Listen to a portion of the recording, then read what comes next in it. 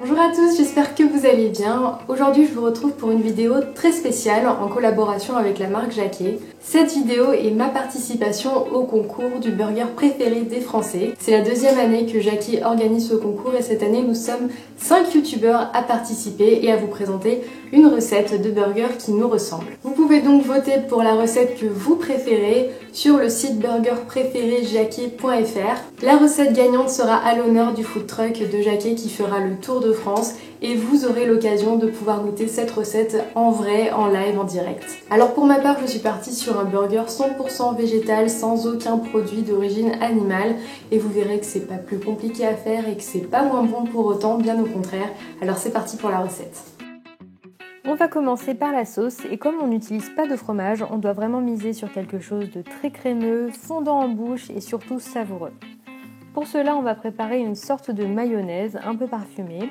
On a donc besoin de 40 cl d'huile de pépins de raisin, 20 cl de lait de soja nature sans sucre ajouté, une cuillère à soupe de jus de citron, une cuillère à soupe de sucre, une cuillère à café d'ail frais ou d'ail en poudre, une cuillère à café de moutarde et une cuillère à café de paprika.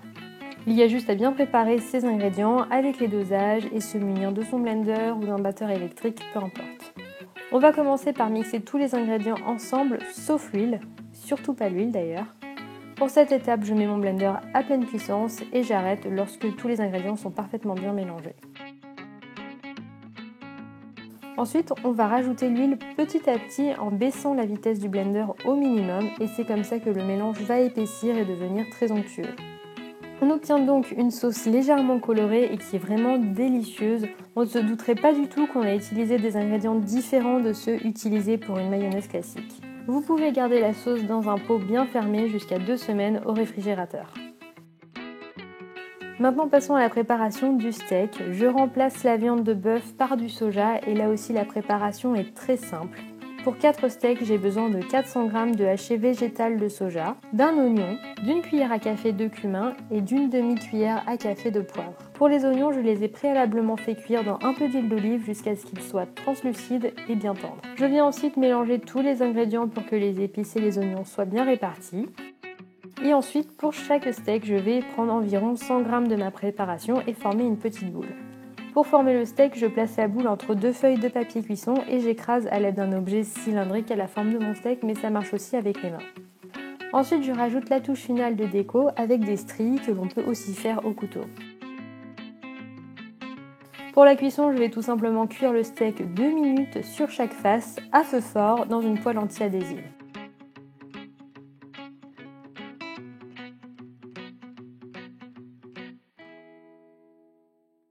Pour le pain burger, j'utilise un des nouveaux produits de Jacquet qui est le Toast Burger et comme vous pouvez le voir, il a la particularité d'avoir de la mie sur les deux faces.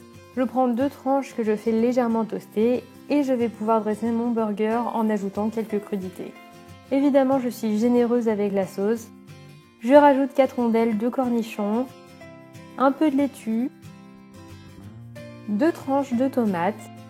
Je pose mon steak délicatement, je rajoute encore un peu de laitue. Et je termine avec une autre tranche de pain que j'ai aussi tartiné avec la sauce.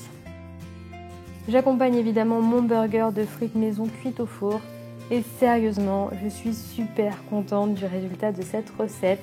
Le goût et la texture rappellent vraiment ceux d'un burger classique. Voilà pour ma recette, j'espère qu'elle vous aura donné envie de la refaire chez vous. N'oubliez pas d'aller voter pour votre recette préférée sur le site burgerpréféré-jacquet.fr. Je vous fais plein de gros bisous et je vous dis à très bientôt pour une prochaine vidéo. Ciao!